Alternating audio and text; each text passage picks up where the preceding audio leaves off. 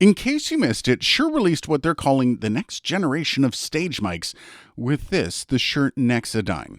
And at this price, $300, you might be asking yourself, what's up with that? Is this, the Nexadyne, any better than the almighty SM58? Or even better still, is it better than the almightier Beta 58? And the answer is yes. Is it worth the money though? Well, the answer to that is, frustratingly, kind of. But before you call me a shill, I bought this mic with my own money. So there, with that out of the way, let's start working toward explaining how this thing is worth so much money. And who exactly is buying this? But to do that, we need to explain a bit of history on the Cardioid microphone. You see, back in the day when microphone tech was just getting off the ground, all dynamic microphones were omnidirectional. That is, until the early 1930s, when Western Electric introduced the 639A and the 639B. Those mics were the first to start using the cardioid polar pattern. How they did that was by jamming a bidirectional ribbon mic and a dynamic omni mic into the same microphone. It was bulky, but my God, was it beautiful. Now, I'm going to spare you the technical babble about how it worked. Let's just say, for the most part, it was the only way you could have that cardioid polar pattern. That is, until 1939, when Shure released the Unidyne capsule in the now classically designed Unidyne 55. This was the first microphone to have a cardioid polar pattern with only a single capsule, and that's all thanks to a guy named Ben Bauer. Now, I need to bring up his name for a few reasons. First, credit where credit is due. But secondly, this dude was so far ahead of his time that the technology he created became the standard for all dynamic microphones, a standard that is still followed to this day, like 90 years later. The Unidyne capsule is probably the most influential microphone technology of all time. And really, that isn't changing, but there is an asterisk. You see, Shure is still using that Unidyne capsule in this microphone, but they're also borrowing a concept from the past, as they're utilizing more than one capsule per microphone. No, they're not creating another polar pattern like what was done back in the day, but to improve on the ones we already have. And it does that with basically the same concepts as noise-canceling headphones, which is really cool. By the way, if you're interested in hearing more about the history of microphones, which by the way, I find super fascinating, let me know down below. This might be a fun video to do.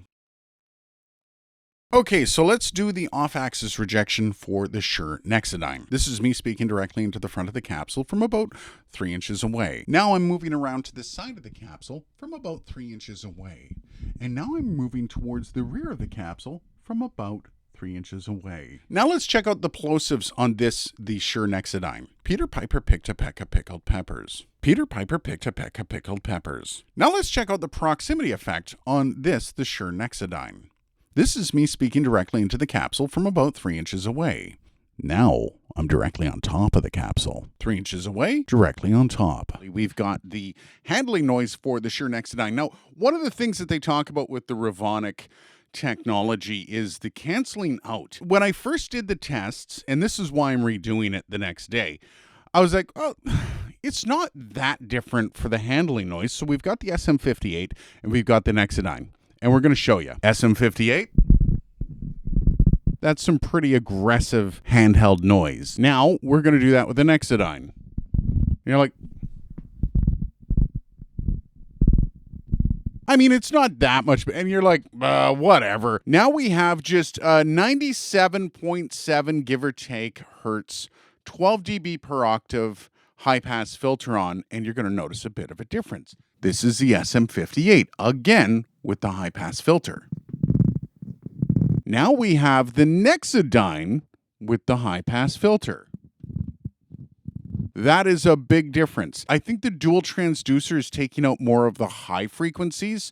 So the lower frequencies are already being rolled off, but now the higher frequencies are also being taken out by this.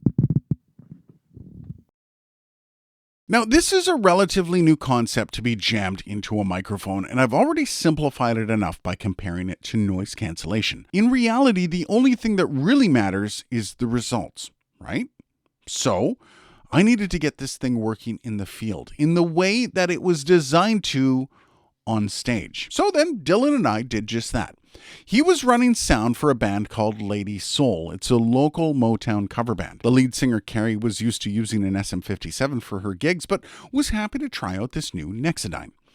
And really, from her perspective, there were no issues. The show went off without a hitch, and considering it was a concert in a restaurant/bar, it actually sounded pretty good. And of course it did. Dylan was running their live sound. But let's just say what the lead singer thought of the microphone was kind of inconsequential, right? What did the sound tech think? And this was kind of curious. You see, during the show, I witnessed Carrie, the lead singer, handle this microphone. I saw her do all the things that a lead singer does, and missing from all of it was all the handling noise and the feedback from the handling noise. Also, the mic did seem to cut through the mix, and the presence of the mic really shone through.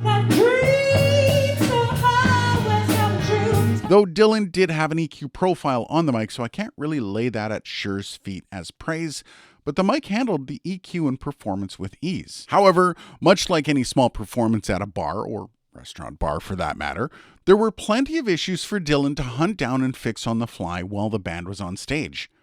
But not a single issue came up with this microphone.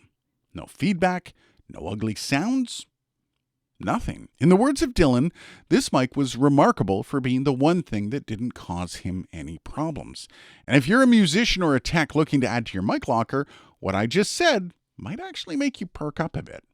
The idea of any piece of gear not causing you issues in a live setting is kind of the dream. Okay then, so this thing doesn't fall flat in a live setting. How does it sound when you put it up against some of its predecessors? Let's do just that. So the first comparison we're going to do is between this, the Shure Nexadyne, and this, the Shure SM58. And this is the difference as I go between the two microphones.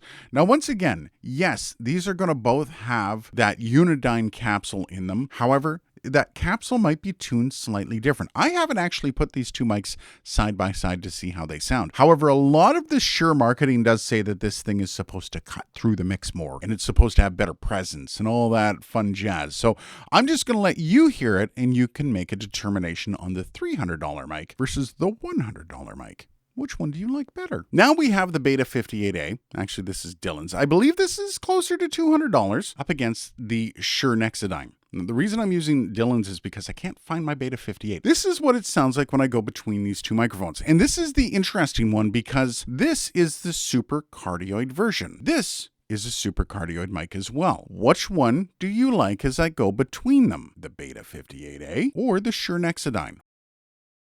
So then, to answer the question, is this the Shure Nexadyne worth $300? Well, remember I said kinda? If you aren't a professional and you don't even care to upgrade to the Beta 58 from the SM58, well, I doubt this thing's going to convince you. And let's be honest, this mic doesn't take away from the legendary status of this, the SM58. This will forever be the go-to mic for touring acts and some of the biggest names while performing live. But I do know that a lot of sound techs are looking at this really hard. Remember, having that piece of gear as consequential as a mic up on stage that is less likely to cause issues is an absolute golden ticket. So for those people, and perhaps some professional musicians that find themselves on the road more often than home, this might very well be part of your next paycheck. But for the rest of us plebs, I don't think anyone's going to turn their noses up at seeing an SM58 on stage anytime soon. They're still the standard for many. Don't worry. But regardless, I think there's a tip of the hat to Shure in order for this microphone. Let me know what you think down below. Cheers, guys, and thanks for watching.